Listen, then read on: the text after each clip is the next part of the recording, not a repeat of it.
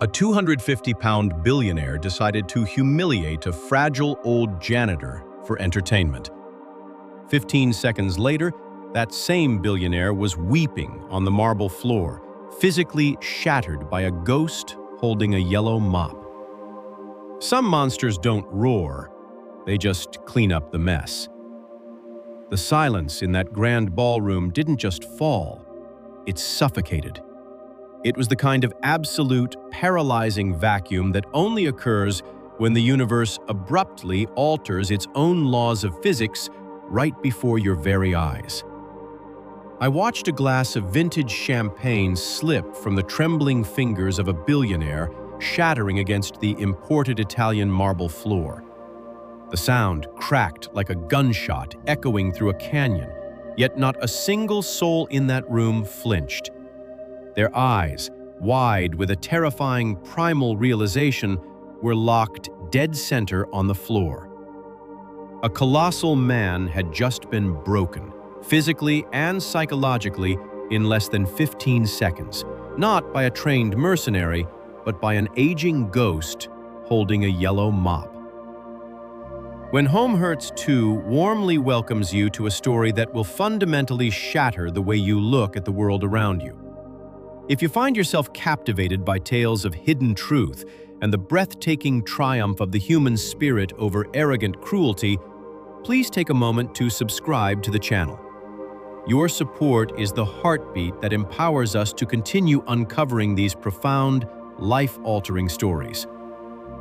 To comprehend the breathtaking, violent poetry of that climax, we must first rewind the tape.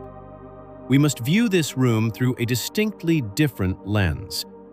For 25 agonizingly observant years, I have existed in the shadows of the 1%.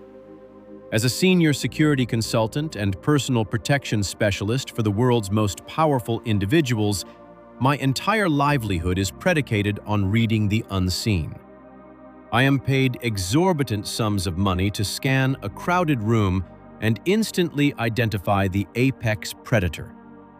Society, completely brainwashed by pop culture, believes danger loudly announces itself. We are sold the lie that the most lethal man in the room is the one with the bulging neck veins, the aggressive swagger, or the booming voice demanding immediate submission.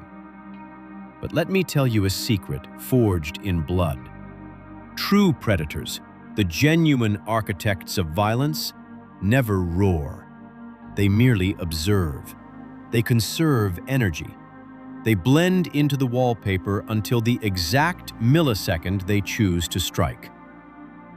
It was a biting Tuesday evening in late November. The venue was one of Manhattan's most fiercely exclusive hotels, a gilded fortress of opulence where a single night in a penthouse suite cost more than the average American's annual mortgage. The grand ballroom was a masterpiece of suffocating wealth. Massive Swarovski crystal chandeliers hung from vaulted ceilings, fracturing the light into thousands of prismatic shards that danced across the room. The air itself felt heavy, thick with the intoxicating blend of Tom Ford cologne, Baccarat Rouge, and the metallic tang of unbridled human ego. Officially, this was a charity gala. Unofficially, it was an arena for the elite to flaunt their status, network with old money, and assert dominance over the rest of the world.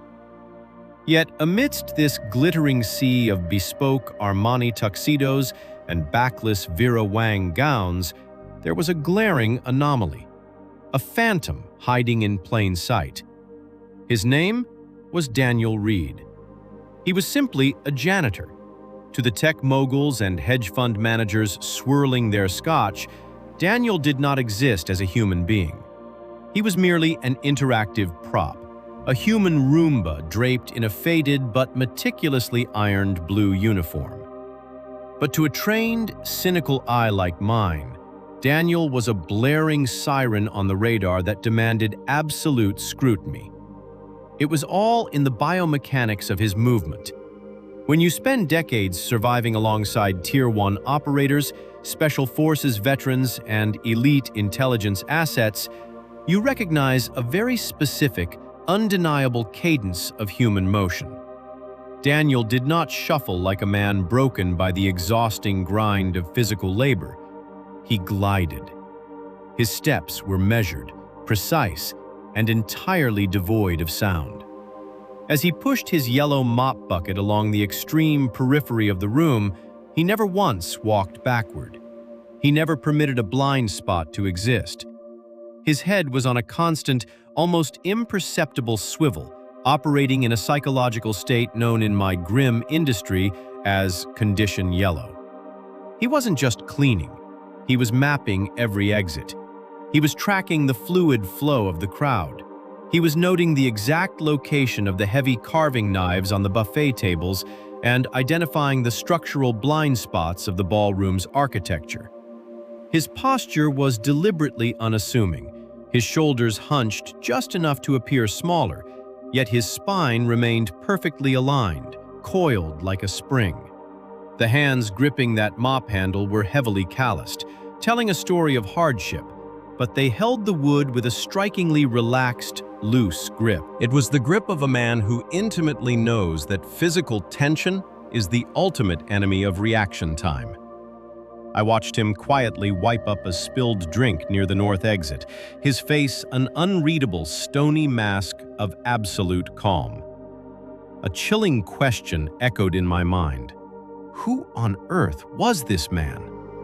Why did a phantom possessing the spatial awareness of an elite assassin spend his Tuesday evening cleaning up the messes of Wall Street's spoiled children? The contrast was staggering, almost poetic. Here was a room overflowing with people desperate to be seen, and here was a man utilizing staggering, disciplined restraint to remain entirely invisible. But as I would soon witness, invisibility is an incredibly fragile thing when blind arrogance decides to make you its target. That fragile veil of invisibility was violently torn away the moment Marcus Vance decided he required an audience. If Daniel Reed was a masterclass in the conservation of energy, Marcus Vance was a walking, breathing monument to tragic excess. Heir to a global logistics empire, Vance was a man who had never been told no in his entire 35 years of existence. Physically, he was undeniably imposing, standing 6'4" and carrying 250 pounds of gym-sculpted, steroid-enhanced muscle. But to me, watching from the mezzanine with an earpiece pressed into my ear, he was nothing more than a soft target wrapped in an expensive Tom Ford suit. He moved with the sloppy, wide-stanced arrogance of a man who believed his bank account rendered him immune to the laws of physics. He was loud, he was drunk on aged Macallan, and he was deeply, fundamentally bored. The collision was entirely engineered. I saw Vance track Daniel's methodical progress along the edge of the ballroom. I watched the billionaire's eyes narrow, the predatory spark of a schoolyard bully reigniting in a man who had long outgrown the playground, but never the cruelty. Vance stepped deliberately out of his social circle, intersecting Daniel's path just as the janitor was maneuvering his bucket near a towering ice sculpture. With a theatrical, exaggerated stumble, Vance drove his shoulder into Daniel. It was a heavy, aggressive impact meant to knock the older man to the marble floor. Instead, something extraordinary happened. Daniel didn't fall. He didn't even stumble. His body simply absorbed the kinetic energy, his center of gravity dropping a fraction of an inch as he subtly pivoted, letting Vance's momentum carry him forward. It was a microscopic display of rooting, a martial concept of connecting to the earth that went entirely unnoticed by the surrounding crowd. But it made the hairs on the back of my neck stand at attention. Infuriated by his failure to physically dominate a man half his size, Vance spun around, his face flushing a deep, mottled crimson. The heavy crystal tumbler in his hand slipped, whether by accident or design, it didn't matter, and shattered across the pristine floor, splashing amber liquid and shards of glass across the tips of Daniel's work boots. The music seemed to dim as Vance's booming baritone cut through the ambient chatter, demanding the attention of his wealthy peers. He pointed a thick, manicured finger at Daniel's chest, invading the man's personal space with the aggressive posturing of a silverback gorilla claiming territory. He didn't just demand that Daniel clean up the mess. He demanded submission. Vance's words were laced with venom, loudly mocking the janitor's uniform, his age, and his station in life, explicitly ordering him to get on his hands and knees to pick up the glass piece by agonizing peace. From my vantage point, the psychological dynamic was nauseatingly clear. Vance wasn't angry about a spilled drink. He was desperately trying to extract power from degrading another human being to entertain his friends.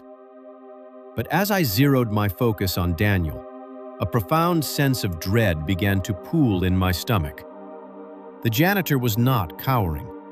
He stood perfectly still, his chin tucked slightly downward, protecting his throat. His breathing, which should have been shallow and rapid from the sudden spike of adrenaline, remained deep and rhythmic, expanding from his diaphragm. He was looking at Vance's chest, not his eyes, a classic tactical technique used to monitor a threat's shoulders and hips for the telegraphing of a strike. I reached up and tapped my earpiece, opening the channel to the floor security team, my voice tight with an urgency they couldn't possibly understand. I told them to hold their positions. I knew with absolute chilling certainty that if an intervention happened now, it wouldn't be to save the fragile old janitor. It would be to save the billionaire from the ghost he had just foolishly cornered. As the spilled whiskey seeped into the grout of the marble floor, the atmosphere in the ballroom thickened into a suffocating, silent anticipation. The glittering crowd of socialites and executives had ceased their networking, their attention magnetically drawn to the morbid theater unfolding by the ice sculpture. Human nature is a dark thing. They were mesmerized by the prospect of a public crucifixion. Vance, emboldened by the silent audience, stepped even closer. The distance between the two men collapsed to less than 18 inches. The red zone.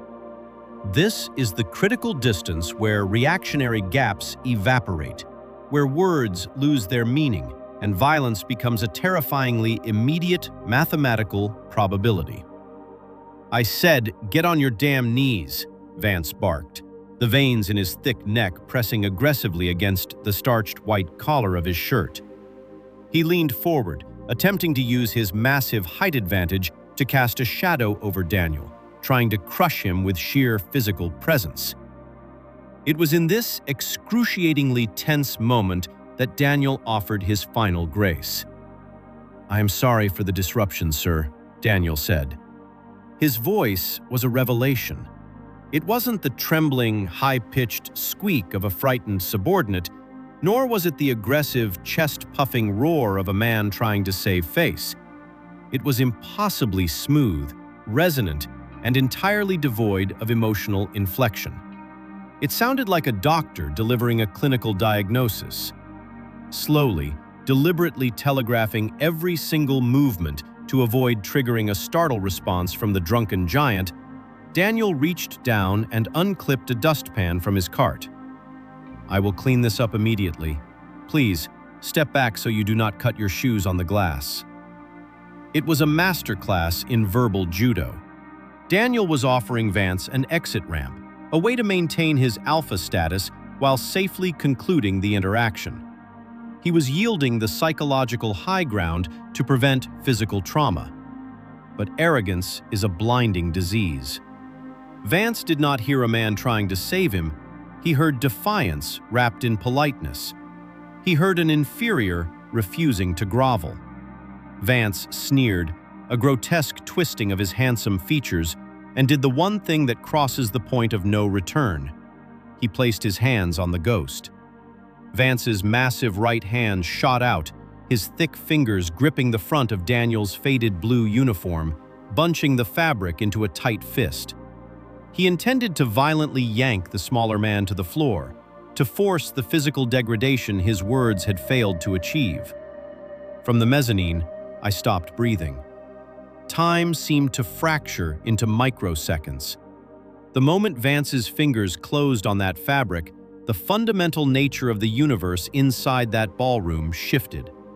I watched Daniel's eyes. Throughout the entire ordeal, they had been calm, analyzing, tracking. But the instant Vance initiated physical contact, that passive observation vanished. The lights went out, and something ancient, cold, and utterly terrifying woke up behind the janitor's pupils. The psychological transition was instantaneous. Condition yellow, relaxed awareness, snapped violently into condition red. Daniel did not pull away. Instinctively, when grabbed, 99% of the human population will lean back, engaging in a futile tug-of-war that a smaller person will always lose against a 250-pound athlete. Daniel, however, did the exact opposite. He stepped into the grab. He stepped into the danger. By moving forward, he completely neutralized Vance's pulling leverage, collapsing the space and taking away the billionaire's ability to generate power. Vance's eyes widened in brief, confused shock. His brain, soaked in expensive liquor and a lifetime of unearned entitlement, couldn't process why the small man wasn't resisting the way prey is supposed to resist. He had expected a struggle. Instead, he was met with a terrifying, liquid accommodation. Vance's mouth opened to utter another threat, perhaps to escalate to a punch, but the words would never materialize. The window for de-escalation had slammed shut. The predator had been invited to dine, and the architect of violence was finally ready to draft his masterpiece. The exact tipping point from arrogant bullying to inevitable catastrophe is rarely loud. It usually arrives in a whisper of shifting weight. The moment Daniel stepped into Vance's aggressive grasp, the illusion of the billionaire's power evaporated into the cold, conditioned air of the ballroom. What followed was not a fight. A fight implies a contest between two relatively matched opponents exchanging kinetic energy until one succumbs. This was an execution of physics, a brutal, entirely one-sided dismantling of a human body orchestrated by a mind that had spent decades swimming in the deep waters of close-quarters combat. Vance, confused by the sudden lack of resistance, instinctively chambered his left fist, pulling his heavy shoulder back to deliver a devastating hook to Daniel's jaw. It was a massive, telegraphed strike, carrying enough force to fracture a skull, but it took entirely too long to travel.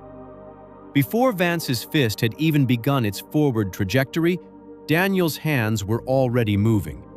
They were a blur of relaxed, terrifying precision. With his left hand, Daniel didn't block the incoming punch.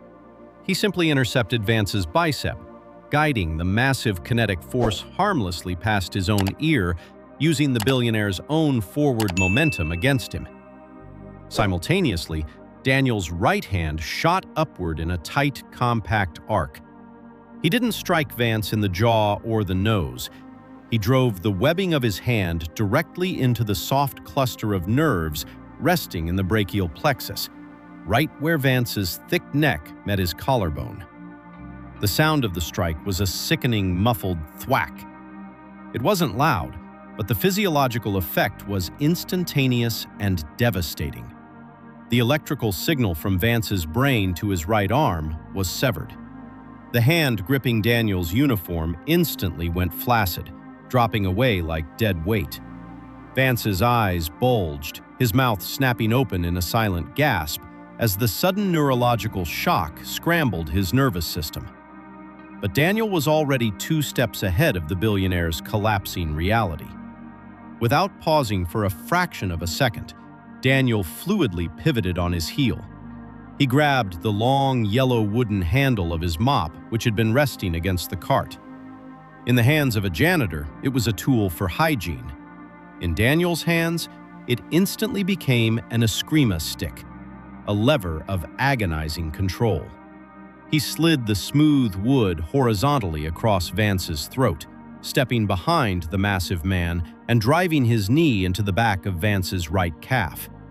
It was a flawless disruption of the man's structural integrity. Deprived of his base, Vance's 250 pounds of muscle became a liability, dragging him backward. Daniel didn't choke him. He used the mop handle as a fulcrum against Vance's jawline, aggressively torquing the cervical spine. It was a pain compliance hold so excruciatingly precise that to resist it meant risking permanent paralysis. Vance hit the Italian marble floor with a heavy, unceremonious thud, the breath exploding from his lungs in a ragged wheeze. Before his brain could even register that he was falling, Daniel was already kneeling beside him. In one continuous serpentine motion, Daniel had wrapped Vance's right arm around the billionaire's own throat, locking it into place with his shin while driving his body weight directly into Vance's floating ribs. I looked at my chronometer. 12 seconds had passed since Vance had grabbed the uniform.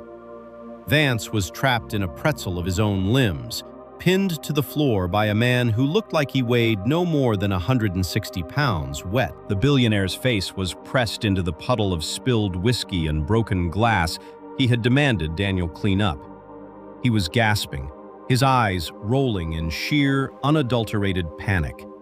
He tried to thrash, tried to use his immense strength to buck the janitor off, but Daniel simply shifted his hips a fraction of an inch, applying a microscopic increase of pressure to a joint lock that sent a shockwave of white-hot agony through Vance's shoulder. Vance let out a high-pitched, strangled whimper. It was the sound of a man discovering that all his wealth, all his status, and all his perceived power were absolutely worthless in the face of raw, concentrated capability. Daniel knelt over him, breathing evenly, his hands resting lightly on the fulcrum points of the lock. He wasn't sweating. His face betrayed no anger, no vindication, no malice. He was merely a technician who had just turned off a malfunctioning machine. The violence was over almost before the crowd realized it had begun. When the blur of calculated motion finally ceased, the ensuing silence was heavy enough to crush bone. This is where we return to the beginning, to the agonizing quiet of that grand ballroom. The glass of vintage champagne slipped from the trembling fingers of a nearby hedge fund manager, shattering into 100 pieces. The sharp crack echoed through the room, yet nobody moved. The socialites, the titans of industry, the apex predators of the financial world, they were all frozen, rendered entirely mute by the impossibility of the scene before them.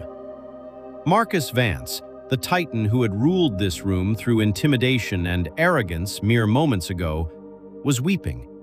It wasn't the loud, angry crying of a thwarted child. It was the quiet, broken sobbing of a man whose fundamental understanding of his place in the universe had just been violently dismantled. His cheek rested in the puddle of his spilled drink. He wasn't severely injured. No bones were broken, no blood was drawn. Daniel's control had been too absolute for that. But Vance was fundamentally shattered. His ego, the armor he had worn his entire life, had been stripped away in 15 seconds by an invisible man. Daniel held the immobilization for precisely 3 heartbeats, ensuring the adrenaline had drained from Vance's system and the fight was entirely extinguished. Then, with the same methodical, fluid grace he had used to push his mop bucket, Daniel simply stood up. He didn't kick Vance while he was down. He didn't offer a dramatic monologue or demand an apology. He didn't even look at the crowd that was now staring at him with a mixture of absolute terror and bewildered awe. He leaned down, picked up his wooden mop handle, and gently placed it back into the wringer of his yellow bucket. He reached into his pocket, produced a clean white rag, and meticulously wiped a few drops of whiskey from his polished black work boots. His breathing was still deep and perfectly even. The monster that had briefly awakened behind his eyes had gone back to sleep, receding into the dark depths of his mind. Condition red faded seamlessly back into condition yellow. Daniel gripped the handle of his mop bucket and resumed his path. The sea of billionaires, socialites, and elite power brokers practically trampled each other trying to part, creating a massive, respectful path for the janitor to walk through. They looked at him not with the dismissive arrogance they had possessed 10 minutes ago, but with the primal reverence one affords a sleeping dragon. They finally saw him, not as a prop, not as a servant, but as the most dangerous entity in the room. From my perch on the mezzanine, my heart hammered against my ribs, a profound sense of awe washing over me. I watched Daniel Reed push his cart toward the service elevators, his posture unassuming, his footsteps completely silent. He disappeared behind the swinging aluminum doors, swallowed back into the invisible machinery of the city, leaving behind a ballroom forever changed. The illusion had been shattered. I looked down at the glittering crowd, now whispering in hushed, terrified tones as hotel security finally rushed in to help a trembling Marcus Vance to his feet. They had been reminded of a deeply uncomfortable truth that modern society tries desperately to bury under mountains of money and social media followers. We build castles of glass and paper, convincing ourselves that our bank accounts and designer suits make us gods. But out there, pushing brooms, driving cabs, and walking quietly among us, are men forged in the fires of actual survival. They are the quiet professionals, the ghosts who have walked through hell and returned with nothing to prove. They do not roar, they do not demand your attention. But if you are foolish enough to corner them, if you are arrogant enough to mistake their silence for weakness, they will remind you exactly where you stand in the natural order of the world. And it will take them exactly 15 seconds to do it. The encounter between Marcus Vance and Daniel Reed serves as a visceral reminder of the extreme fragility of artificial power. In our modern world, society frequently confuses wealth, loudness, and social status with actual strength. Vance perfectly represented this toxic illusion. A man who genuinely believed his bank account exempted him from basic human decency and the natural laws of physics. He sought to elevate his own ego by degrading someone he perceived as weak and invisible. Yet, in his blind arrogance, he mistakenly cornered a sleeping dragon. Daniel Reed, disguised in the humble uniform of a janitor, embodies the exact opposite of Vance's loud insecurity. True, quiet competence. He did not need to boast, threaten, or seek external validation. His power was an absolute, cultivated reality, forged through intense discipline and lived experience. When forced to act, Daniel didn't just physically dismantle a bully, he shattered the collective illusion of an entire ballroom of elites. In exactly 15 seconds of surgical precision, the primal, natural order of the world was restored. This story ultimately exposes the supreme danger of mistaking humility for weakness and silence for submission. It strips away the superficial layers of modern societal hierarchy to reveal that the most formidable individuals rarely announce their presence. They walk quietly among us, carrying a profound capability that requires no audience, serving as a sobering testament to the fact that true monsters never feel the need to roar. True strength whispers, it never screams.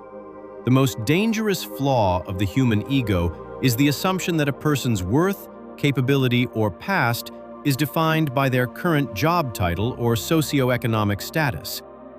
Arrogance blinds us to reality, while genuine mastery requires absolutely zero external validation. First, practice radical humility. Treat the CEO and the janitor with the exact same level of unwavering respect, not just because it is the right thing to do, but because you never truly know who you are interacting with.